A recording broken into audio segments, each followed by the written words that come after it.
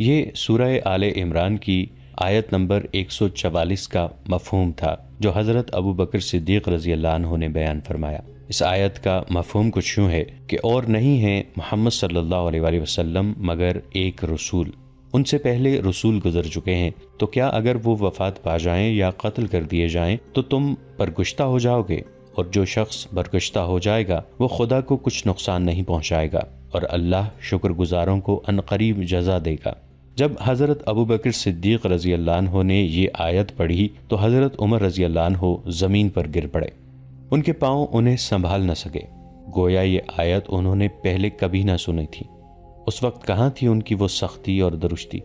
بلکہ رسول اکرم صلی اللہ علیہ وآلہ وسلم کے فدائی ابو بکر رضی اللہ عنہ، رقیق القلب اور زود عشق ابو بکر صدیق رضی اللہ عنہ کے صبر و ثبات کے مقابلے میں ان کے جزو و فض کی کیا حیثیت تھی، اور ان کی ہمت و استقامت کو کیا ہو گیا تھا۔ حضرت عمر رضی اللہ عنہ جب ہوش میں آئے تو ان کا سیاسی شعور بیدار ہو گیا، اور وہ سوچنے لگے کہ اس جان کا سانحے کے بعد مسلمانوں کا انجام کیا ہوگا۔ اس نازک ترین موقع پر یہ انہی کے فکر و عمل کی کارفرمائی تھی جس نے اسلام کو ہر خطرے سے محفوظ رکھا اور اس کی توسیع و اشاعت کی راہیں ہموار کی۔ حضرت عمر رضی اللہ عنہ کو رسول اللہ صلی اللہ علیہ وآلہ وسلم کی وفات کا یقین ہو گیا، اور وہ سوچنے لگے کہ آپ صلی اللہ علیہ وآلہ وسلم کے بعد مسلمانوں کا انجام کیا ہوگا۔ بات تھی بھی واقعی گہرے سوچ بچار کے قابل۔ عرب اگر آپس میں لڑ پڑتے تو اسلام کو ناقابل تلافی نقصان پہنچنے کا اندیشہ تھا۔ جو لوگ مکہ اور مدینہ سے دور جزیرہ نمائے عرب کے مختلف کوشوں میں پھیلے ہوئے تھے، قریش اور مدینہ کا اقتدار انہیں گوارا نہ تھا۔ یہی وجہ تھی کہ یمن میں اسود انسی نے بغاوت کر دی۔ اہل یمامہ میں سے بنو حنیفہ نے مسیلمہ بن حبیب کے باطل ادائے نبوت کو قبول کر لیا، اور بنو اسد اپنے جھوٹے نبی طلحہ بن خویلد پر ایمان لے آئے۔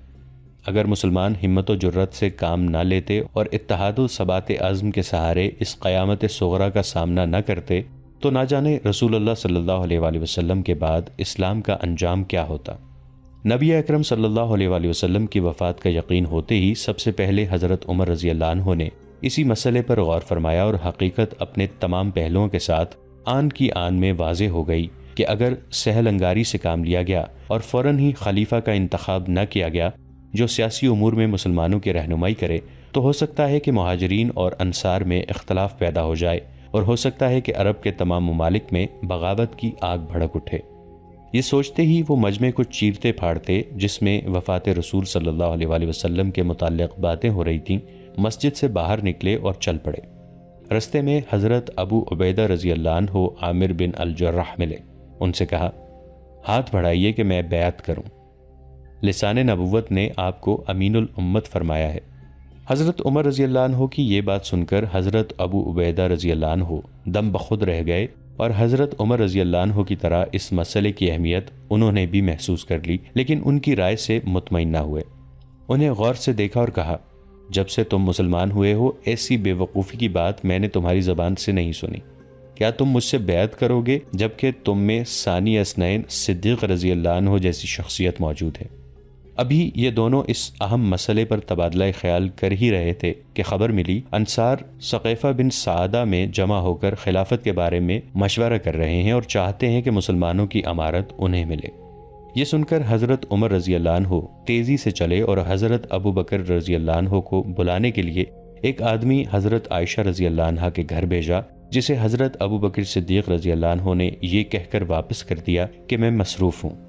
لیکن حضرت عمر رضی اللہ عنہ نے محسوس کیا کہ مسلمانوں کا مسئلہ ہر مصروفیت پر مقدم ہے،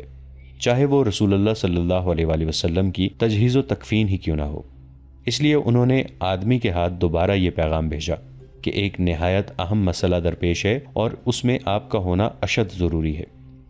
حضرت ابو بکر صدیق رضی اللہ عنہ یہ کہتے ہوئے گھر سے نکلے، ایسی کیا بات آ گئی جو رسول اللہ صلی اللہ علیہ وآلہ وسلم کی تجہیز و تکفین سے بھی اہم ہے؟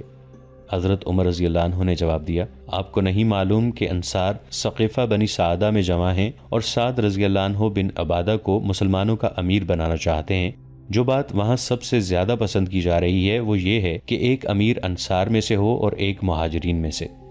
حضرت ابوبکر رضی اللہ عنہ نے معاملے کی نزاکت کو محسوس فرما لیا اور ان دونوں یعنی حضرت عمر رضی اللہ عنہ اور حضرت ابو عبیدہ رضی اللہ عنہ کے ساتھ تیزی سے ثقیفہ بن سعدہ کی طرف روانہ ہو گئے۔ وہاں پہنچ کر حضرت ابوبکر صدیق رضی اللہ عنہ نے بڑی احتیاط اور نرمی کے ساتھ انصار کے جھگڑے کو اپنے ہاتھ میں لے لیا اور حضرت عمر رضی اللہ عنہ سے کہہ دیا کہ میرے پاس کھڑے ہو کر خاموشی سے فیصلے کا انتظار کرو۔ حضرت عمر رضی اللہ عنہ اول تو چپ چاپ کھڑے رہے، لیکن جب یہ دیکھ کر کہ حباب رضی اللہ عنہ بن منظر انصار کو بھڑکا رہے ہیں کہ اگر ایک امیر ہم میں سے اور ایک امیر مہاجرین میں سے نہ ہوا تو ہم بغاوت کر دیں گے، ضبط کا دامن ہاتھ سے چھوٹ گیا اور بول اٹھے، کہا ایک وقت میں 2 امیر جمع نہیں ہو سکتے، خدا کی قسم عرب تمہاری سیاست ہرگز تسلیم نہیں کریں گے، جبکہ نبی علیہ الصلوۃ والسلام تم میں سے نہیں تھے، وہ تو انہی کو اپنا امیر بنائیں گے جن میں نبوت تھی۔ اس روشن دلیل اور اس نمایاں اقتدار سے جو کوئی انکار کرے گا ہم اس سے لڑیں گے۔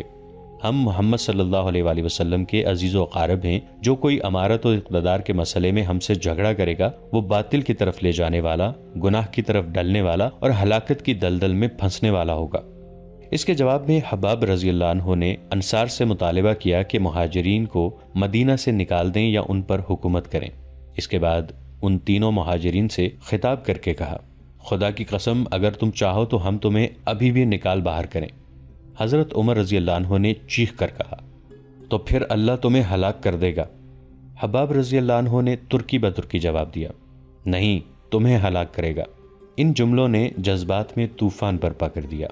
فوراً حضرت ابو عبیدہ رضی اللہ عنہ بن الجراح نے مداخلت کی اور اہل مدینہ سے خطاب کرتے ہوئے کہا، اے گروہ انصار، تم نے حمایت و نصرت میں سبقت کی تھی، اب توڑ پھوڑ میں پہل نہ کرو۔ حضرت ابو عبیدہ رضی اللہ عنہ کی اس بات نے دلوں کا جوش ٹھنڈا کر دیا اور لوگوں میں بحث و مباحثہ پھر شروع ہو گیا۔ بشیر رضی اللہ عنہ بن سعد قبیلہ خزرج کے ایک ممتاز فرد تھے۔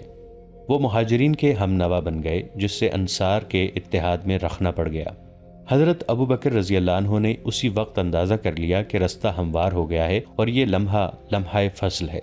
چنانچہ انہوں نے انصار کو فرقہ بندی سے بچنے اور جماعت کی طرف آنے کی دعوت دی۔ اس کے بعد حضرت عمر رضی اللہ عنہ اور حضرت ابو عبیدہ رضی اللہ عنہ کا ہاتھ پکڑ کے بلند آواز سے فرمایا، یہ عمر ہیں اور یہ ابو عبیدہ، ان میں سے جس کے ہاتھ پر چاہو بیعت کر لو۔ حضرت عمر رضی اللہ عنہ نے دیکھا کہ لوگوں میں اختلاف پایا جاتا ہے، اسے جڑ پکڑنے کی مہلت نہیں دینی چاہیے۔ وہ اٹھے اور اپنی پاٹ دار آواز میں فرمایا، ابو بکر اپنا ہاتھ بڑھائیے۔ حضرت ابوبکر صدیق رضی اللہ عنہ نے اپنا ہاتھ بڑھا دیا اور حضرت عمر رضی اللہ عنہ نے یہ کہتے ہوئے بیعت کر لی، ابو بکر، کیا رسول اللہ صلی اللہ علیہ وآلہ وسلم نے یہ حکم نہیں دیا تھا کہ آپ مسلمانوں کو نماز پڑھائیے؟ آپ خلیفہ رسول ہیں اور ہم آپ کے ہاتھ پر اسی لیے بیعت کر رہے ہیں کہ آپ ہم سب سے زیادہ رسول اللہ صلی اللہ علیہ وآلہ وسلم کو محبوب تھے۔ حضرت ابو عبیدہ رضی اللہ عنہ نے بیعت کرتے ہوئے کہا، آپ افضل مہاجرین ہیں، آپ 2 میں دوسرے ہیں۔ جب وہ دونوں غار میں تھے، آپ نماز میں رسول اللہ صلی اللہ علیہ وآلہ وسلم کے نائب ہیں اور نماز مسلمانوں کے دین میں سب سے افضل ہے۔ پھر کون ہے جو آپ پر فضیلت رکھتا اور آپ کے ہوتے ہوئے امارت کا منصب سنبھالے؟ اس کے بعد اہل ثقیفہ کا تانتا بند گیا اور سوائے سعد رضی اللہ عنہ بن عبادہ کے سب نے حضرت ابوبکر صدیق رضی اللہ عنہ کے ہاتھ پر بیعت کر لی۔ بیعت ختم ہوئی تو سب کے سب مسجد نبوی صلی اللہ علیہ وآلہ وسلم میں آئے کہ حضرت عائشہ رضی اللہ عنہا کے گھر سے حضرت سرور عالم صلی اللہ علیہ وآلہ وسلم کی تجہیز و تکفین کے متعلق اطلاع حاصل کریں۔ دوسرے دن حضرت ابوبکر رضی اللہ عنہ مسجد نبوی میں تشریف لائے اور حضرت عمر رضی اللہ عنہ مسلمانوں سے معذرت چاہنے کھڑے ہو گئے کہ رسول اللہ صلی اللہ علیہ وآلہ وسلم کی وفات سے انکار میری غلطی تھی۔ انہوں نے فرمایا، میں نے کل آپ سے ایسی بات کہی جو نہ مجھے کتاب اللہ میں کہیں ملی، نہ رسول اللہ صلی اللہ علیہ وآلہ وسلم نے کبھی مجھ سے فرمائی تھی، لیکن میرا اپنا یہ خیال تھا کہ حضور صلی اللہ علیہ وآلہ وسلم رہنمائی فرماتے رہیں گے اور آخر تک ہم میں موجود رہیں گے، لیکن اللہ نے اپنی وہ کتاب تم میں باقی رکھی ہے جس سے اس کے رسول صلی اللہ علیہ وآلہ وسلم نے ہدایت پائی تھی، اور اگر تم بھی اس سے وابستہ رہو گے تو اللہ اپنے رسول کی طرح تمہیں بھی اس کے ذریعے ہدایت دیتا رہے گا۔ اللہ نے تمہاری باغ دوڑ ایک ایسے شخص کے حوالے کی ہے جو تم میں سب سے بہتر ہے، اس لیے اٹھو اور اس کی بیعت کرو۔ سب لوگ اٹھ کھڑے ہوئے اور ثقیفہ بنی سعدہ کی بیعت کے بعد مسجد نبوی میں عام بیعت ہوئی۔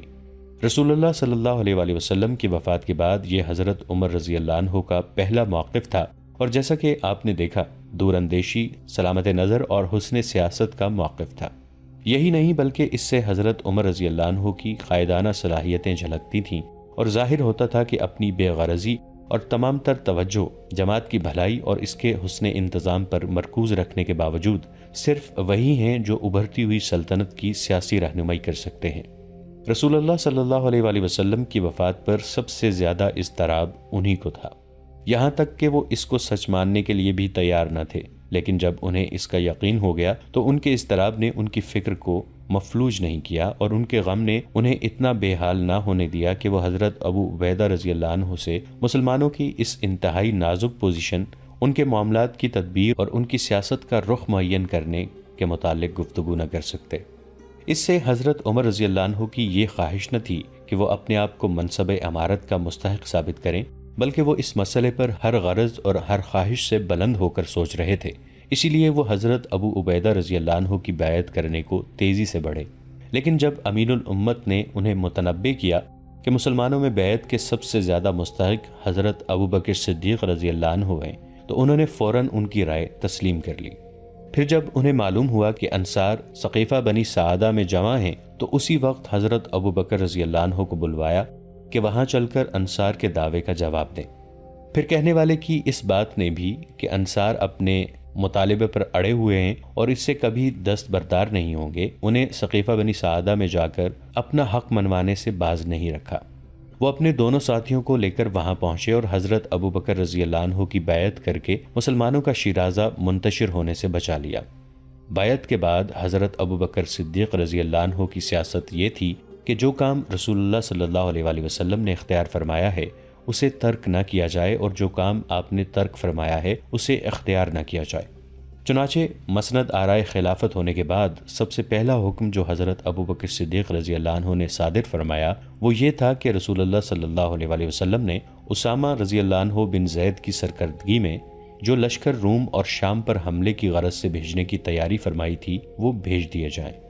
اس حکم سے مسلمان جذبز ہو رہے تھے جس طرح اہل رسالت میں ہوئے تھے۔ وجہ یہ تھی کہ اسامہ رضی اللہ عنہ نوعمر تھے اور ان کا سن اس وقت 20 سے کم تھا۔ اس کے علاوہ مسلمانوں کو یہ بھی خدشہ تھا، اور اسی نے ان کو زیادہ شیبہ جبیں کر رکھا تھا، کہ اگر یہ لشکر روانہ کر دیا گیا تو مدینہ خطرے میں پڑ جائے گا، عرب اس پر حملہ آور ہو جائیں گے اور اس کے اقتدار کو صدمہ پہنچانے میں کوئی کسر اٹھانا رکھیں گے۔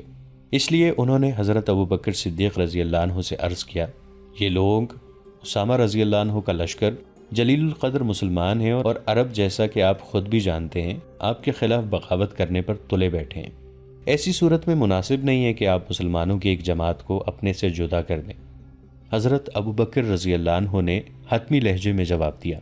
قسم ہے اس ذات کی جس کے ہاتھ میں ابو بکر کی جان ہے، اگر میں یہ جانتا ہوتا کہ درندے مجھے اٹھا لے جائیں گے پھر بھی رسول اللہ صلی اللہ علیہ وآلہ وسلم کے فرمان کی تعمیل میں اس لشکر کو ضرور بھیجتا۔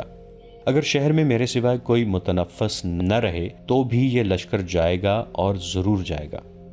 کیا اس موقع پر حضرت عمر رضی اللہ عنہ کی سیاست بھی حضرت ابو بکر صدیق رضی اللہ عنہ کی طرح عزم و قوت کی سیاست تھی؟ کہا جاتا ہے کہ اسامہ رضی اللہ عنہ نے حضرت عمر رضی اللہ عنہ سے درخواست کی کہ حضرت ابو بکر صدیق رضی اللہ عنہ سے کہہ کر اس لشکر کو مدینہ واپس بلوا لیں تاکہ وہ مشرکین کے خلاف ان کی مدد کر سکے۔